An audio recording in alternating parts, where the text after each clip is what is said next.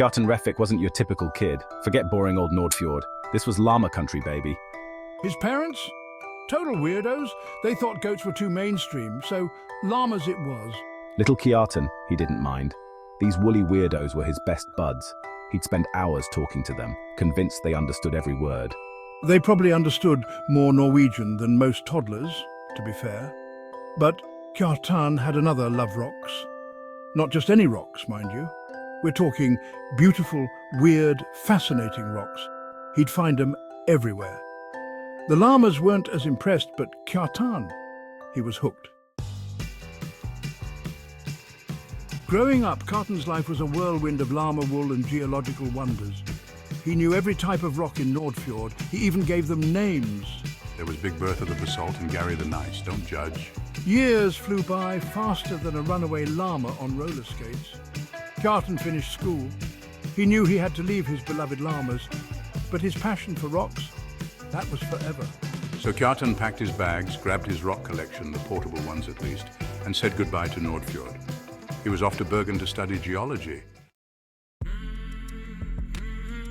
Bergen was different. Lots of people, very few llamas. Kjartan missed his woolly pals, but he dove headfirst into his studies. He learned about igneous, sedimentary, metamorphic. He even learned about rocks from space. One day it hit me. Rocks were great and all, but they weren't exactly the best conversationalists, and they definitely didn't laugh at my jokes. Kjartan realized something.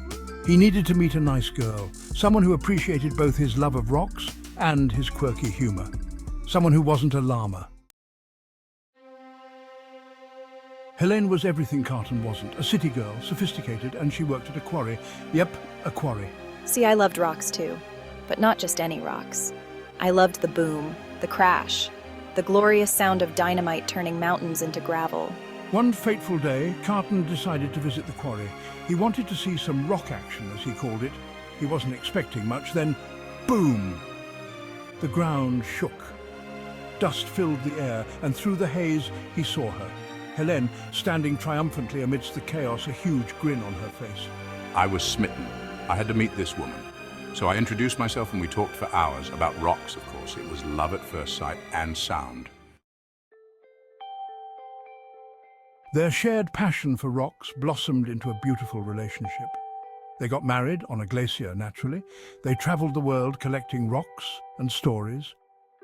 Then they moved to Lofoten, and that's where the real adventure began.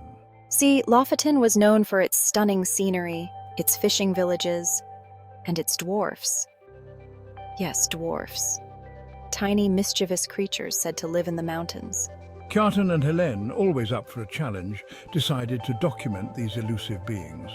They spent their days exploring caves, setting traps, humane ones of course, and interviewing locals.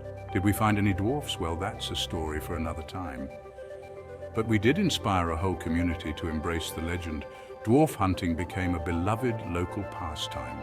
Kjartan and Helene, the rock-loving, llama-herding, dwarf-hunting duo, lived happily ever after. And that, my friends, is the end of our tale. For now.